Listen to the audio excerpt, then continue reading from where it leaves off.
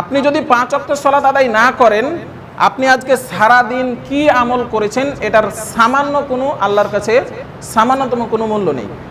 দলিল নিয়ে নেন, সুনান তিরমিজির মধ্যে হাদিসটি পাবেন 413 নম্বর হাদিস, ইন্না আউওয়ালা মা ইউহাসাবু বিহিল আবদু ইয়াউমাল কিয়ামাতি মিন আমালিহি সালাতুহু ফাইন সালাহাত ফাকাদ আফলাহা ওয়া আনজাহা ওয়া ইন ফাসাদাত ফাকাদ খাবা ওয়া খাসিরা।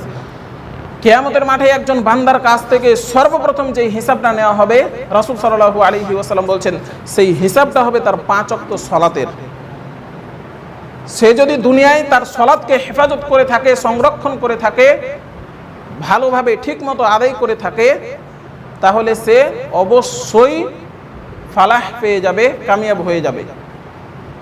আর যেই ব্যক্তি তার সালাতকে নষ্ট করে দিবে, সালাতকে ধ্বংস করে দিবে, দুনিয়ায় থাকতে সালাত আদায় করবে না, সেই ব্যক্তি অবশ্যই অবশ্যই অবশ্যই ক্ষতিগ্রস্ত হবেই হবে এবং লাঞ্ছিত হবে।